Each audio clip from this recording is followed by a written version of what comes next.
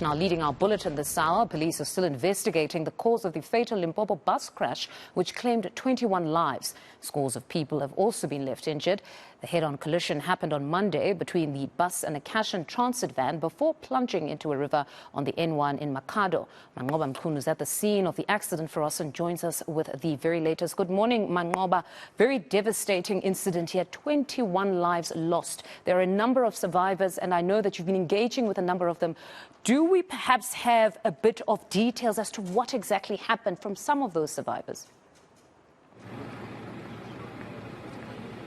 Well, what we do know at this time is that, of course, those investigations are still continuing. We know that the incident occurred around 5 o'clock in the afternoon on Friday when this bus had been making its way from the Manqoba town. It was heading to the Vembe district in the areas of Njerere and surrounding villages of Siloam as well as Chikumbane, some of the villages that it had been heading to. And this is when this accident that occurred. We understand that a cash in transit vehicle had been trying to overtake one of the vehicles there at that particular spot, and that's when it then veered off and lost control and collided head-on with that bus before the bus then made its way into that riverbank. Of course, we were there just about an hour ago at the scene, and just Fundo, the devastation that we saw there, I can tell you that even now, the remnants of that accident are still there on the scene. We still saw quite a number of items, personal belongings of those that were inside the bus. We saw shoes, we saw, containers, food containers, and as well as some of the debris from the bus, the seats from the bus that were actually discarded.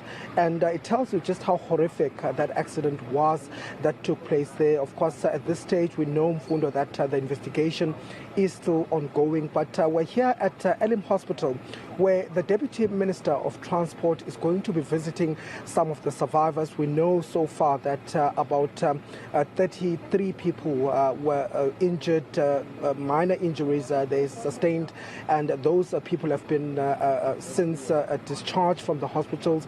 There are also 10 that sustained 10 or rather serious injuries from this, and about 16 of them that had sustained moderate injuries. Those are still here in hospital. But of course, I guess those that are in mourning, it's the families of those that lost their lives in this incident. But I see that the Deputy Minister of Transport is here, Sindisiwe Chikunga. Perhaps we're just going to get her response and, just to get a sense from government about what happened here. Deputy Minister, thank you very much for your time here. This is quite a shocking incident. 21 lives lost, and surely this is really devastating for the country. It is indeed devastating for the country, hence we are here.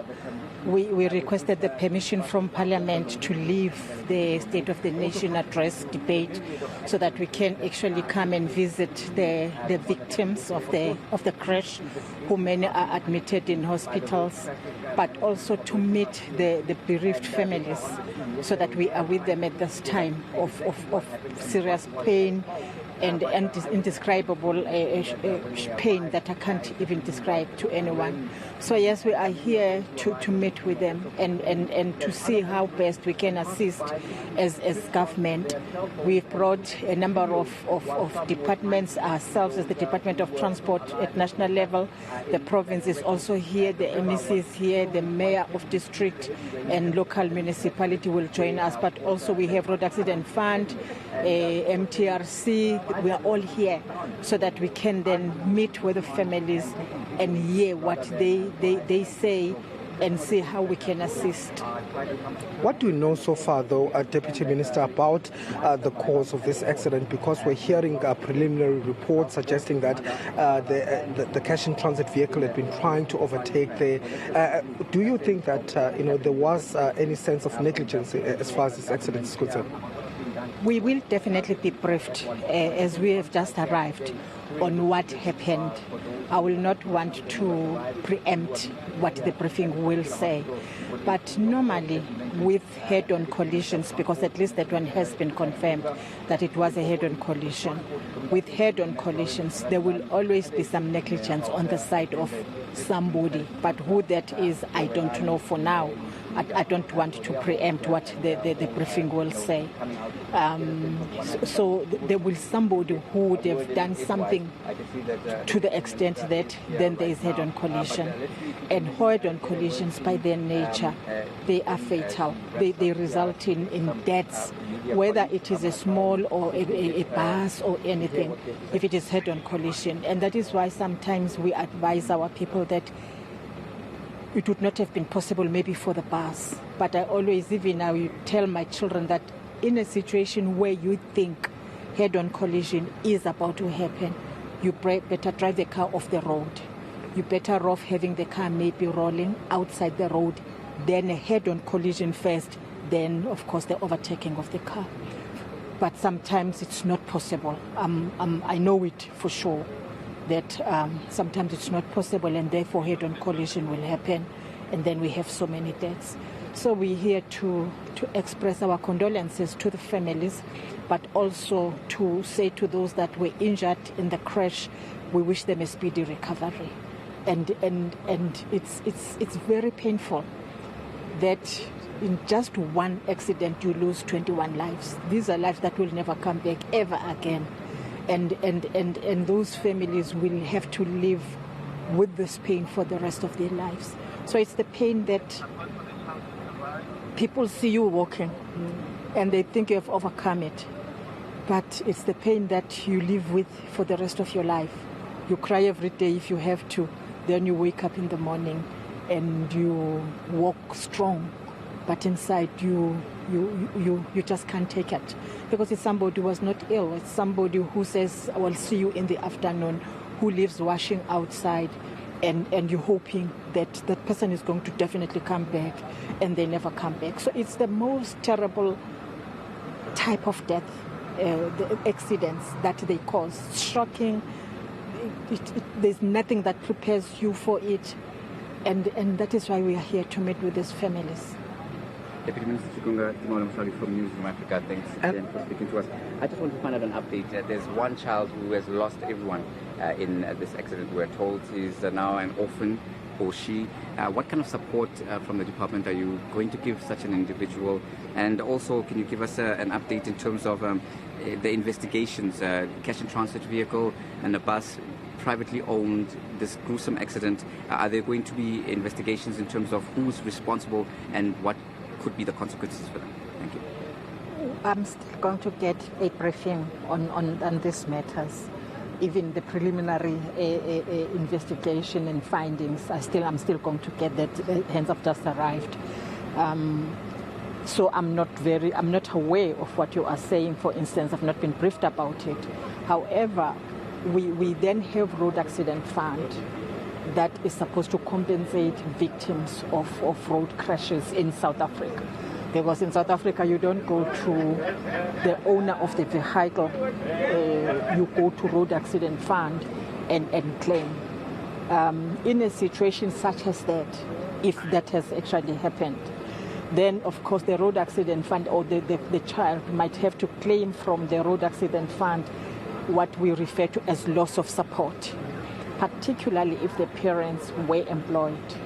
And then the child must then claim from the road accident fund what, like I've said, loss of support, and that will help the child. And that for sure is what road accident fund does. And one thing we would wish to see happening in a situation such as that one is that the claims are processed quicker than what it usually takes, because I think that is a situation that says that child will probably need help immediately.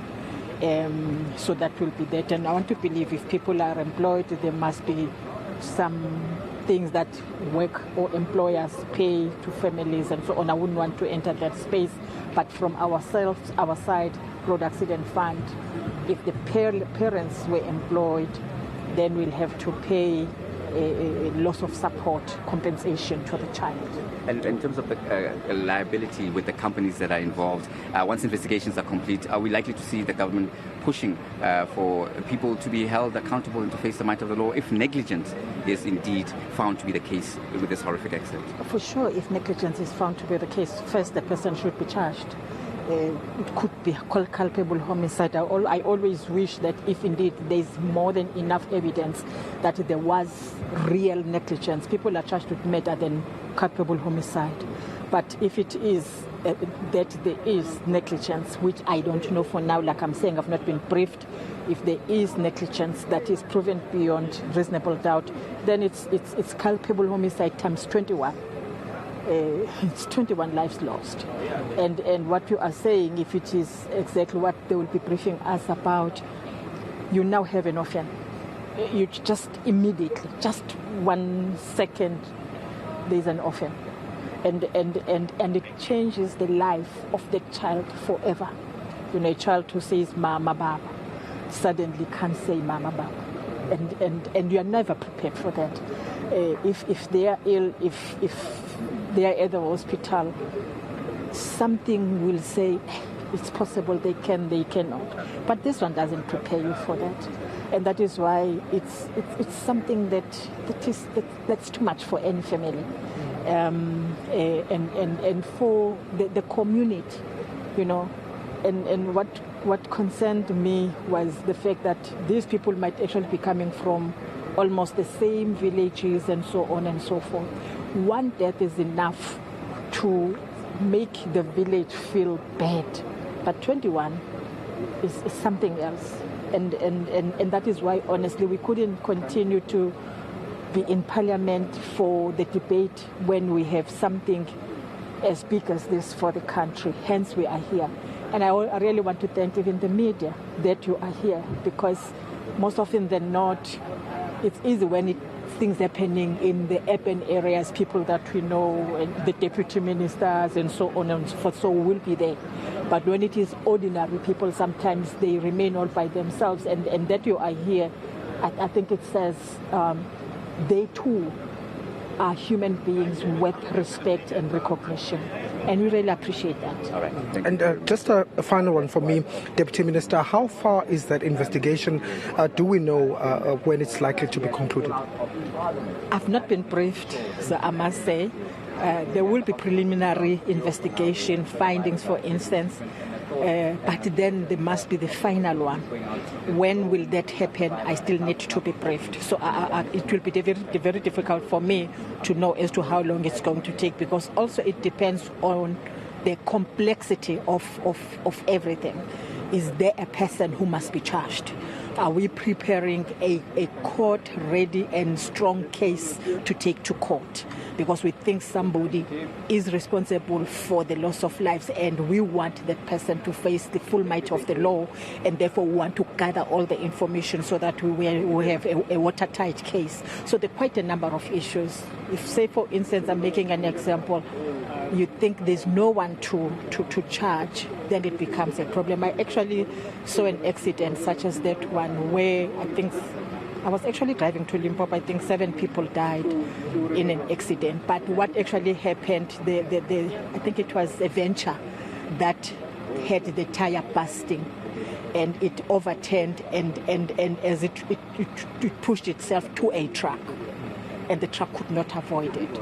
So it just from that, you don't have anyone to charge, because everybody in the venture died. But you can't even charge the truck driver in that situation. So the investigation is different in that case. But when you think there's somebody to charge, you then want a real watertight case to take to court. Thank you very much for speaking to us, Deputy Minister of Transport, Zinsiwe Chikunga, just giving us a sense there of course, how they feel as government about what has happened. They are also quite shocked and devastated about what happened here. And also, just hearing, some of the casualties from this accident. We're hearing reports that there is a family, a whole family in Fundo that was killed in this particular accident, and the children children have been left orphaned. So it just gives you a sense of what horror and the devastation that lies ahead for these families that still have to try and grapple with the loss of life.